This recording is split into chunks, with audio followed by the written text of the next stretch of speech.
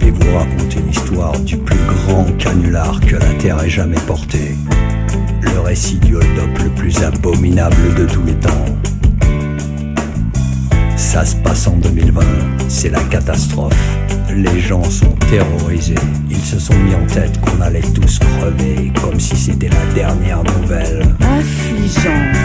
Ça faisait des années que dans le ciel on voyait tourner les sulfateuses, pulvérisant les pauvres gens comme des vulgaires cafards. Ouais, soi-disant pour masquer le soleil.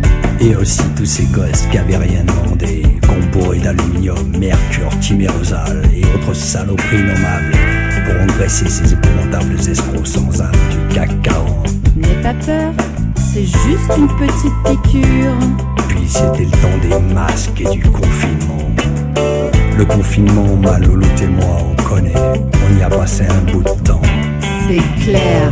Mais pour les masques, si c'est pas pour braquer une banque ou chercher la discrétion, je vois pas l'intérêt.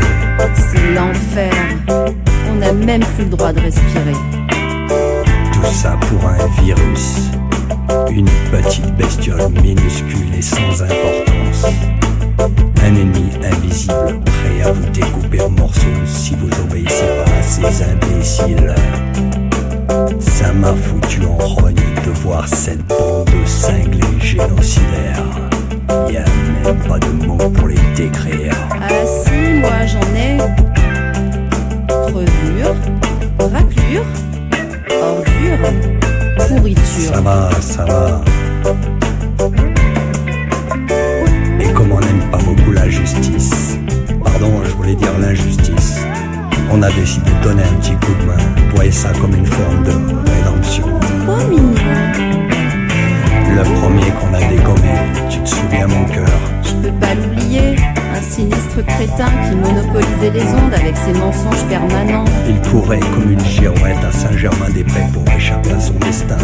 On l'avait cueilli à l'eau fraîchement sorti de partie fine entre mecs. Dégueulasse. J'ai dû vider le chargeur pour qu'il reste immobile. Ce con zigzaguait tellement, on se croyait dans un manège. Au secours. À l'aide, qui disait. J'ai jamais supporté ces poules mouillées. Et pour être sûr qu'il était bien définitivement silencieux, j'ai fait un petit créneau à son emplacement avec l'attraction. Une chose est sûre, on termine toujours le boulot proprement avec mon prince charmant. À la suite de ça, on a réglé leur compte à quelques journaux véreux sacrément mal élevés et un peu trop lèche-cul. Une partie de plaisir, comme ils ne portaient jamais leur masque à cause de la climatisation. On n'a eu aucun mal à les identifier, on n'a pas fait de quartier. Ah ça, on a donné sans compter. En ce qui concerne les dictateurs du web, ils ont eu droit à un traitement tout spécial. On leur a fait bouffer l'intégralité de leurs conditions générales version Papier s'il vous plaît. avant de les asperger avec un liquide idioactif et hautement inflammable dans le style Fahrenheit 451. Je vous laisse imaginer la suite. Et boum.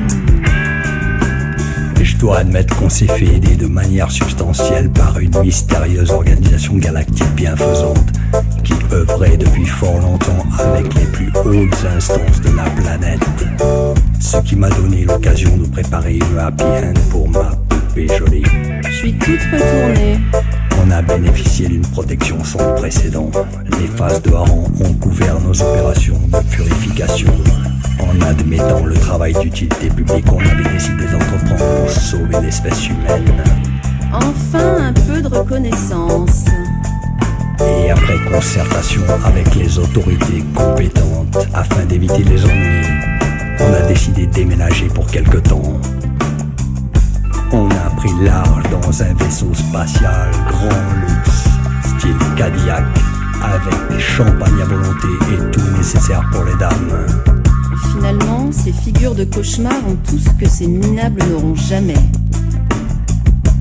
La classe. Pour finir, on a tout plaqué pour s'exiler dans les contrées les plus éloignées de l'espace, à contempler les paysages les plus extraordinaires de la création. Sur des planètes fantasmagoriques, jouissant d'une liberté totale et inconditionnelle jusqu'à la fin des temps.